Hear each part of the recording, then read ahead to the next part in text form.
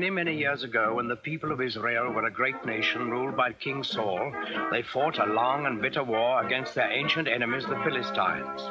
In those days, soldiers used swords and spears and bows and arrows, and they wore heavy armor and carried shields to protect themselves in battle, so that only the biggest and strongest men were taken into the army.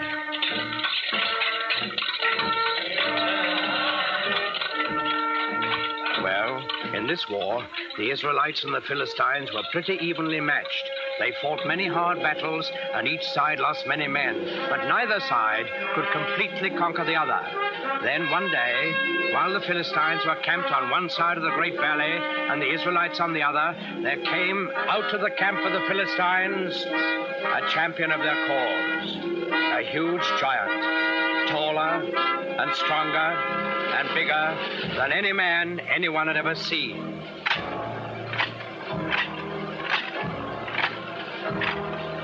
He wore very heavy armor, and his face was fierce and cruel, so fierce and cruel that it would strike fear into the hearts of the bravest. This was Goliath, the giant of Gath. He strode to the center of the valley, faced the armies of Israel, and in a voice like thunder, he hurled this defiance at them. I am Goliath, the giant of Gath, and the Philistines have chosen me as their champion. You, soldiers of Israel, choose a man for you, and let him come down here and fight with me. If he kills me, we will be the servants of Israel.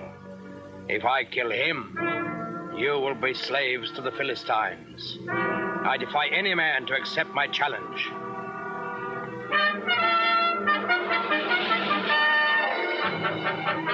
When the men of Israel saw Goliath and heard his defiant challenge, they were afraid, for they had no one to match his size and strength. Not one among them dared go down and do battle with the giants. Not, that is, until the shepherd boy David heard Goliath's challenge. Now, David was just a boy. He knew nothing about swords and spears and fighting wars.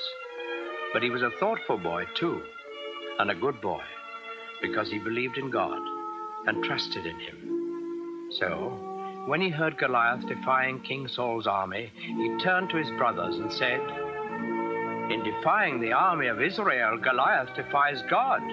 Is there no one here to go out and do battle against the enemy of the Lord?"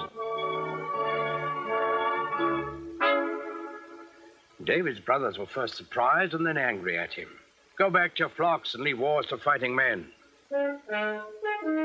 But David wouldn't be put off. "I will do it," he said.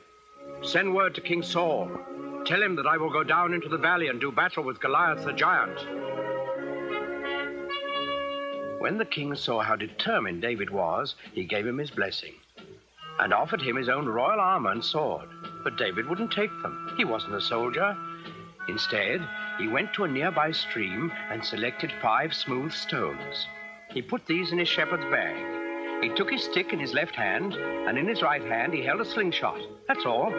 With both armies looking on, excited and expectant, David went down into the valley to meet Goliath. They met in the middle of the valley, David looking up at the giant, confident and unafraid, and Goliath looking down on the unarmed boy with eyes full of hatred. Suddenly, the giant Philistine roared in a terrible fury. "I have defied all the armies of Israel to give me a man to fight, and they have sent a boy against me. What? Am I a dog that you come against me with a stick?" David answered him calmly. "I come against you in the name of the Lord of hosts, the God of the armies of Israel, whom you have defied. Your sword and your spear and your shield will not save you, Goliath, for this day you shall learn that the Lord fights on the side of right." Goliath let out an angry snarl. "So be it. Defend yourself, boy." Goliath the giant rushed forward to make quick work of the boy champion of the Israelites. David stood his ground. He reached into his shepherd's bag, took out 1 stone. He fixed it in his slingshot, and he let it fly.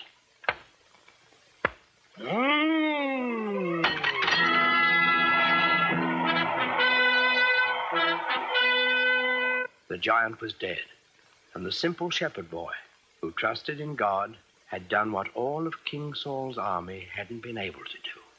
David lifted his eyes to heaven, and he whispered a prayer.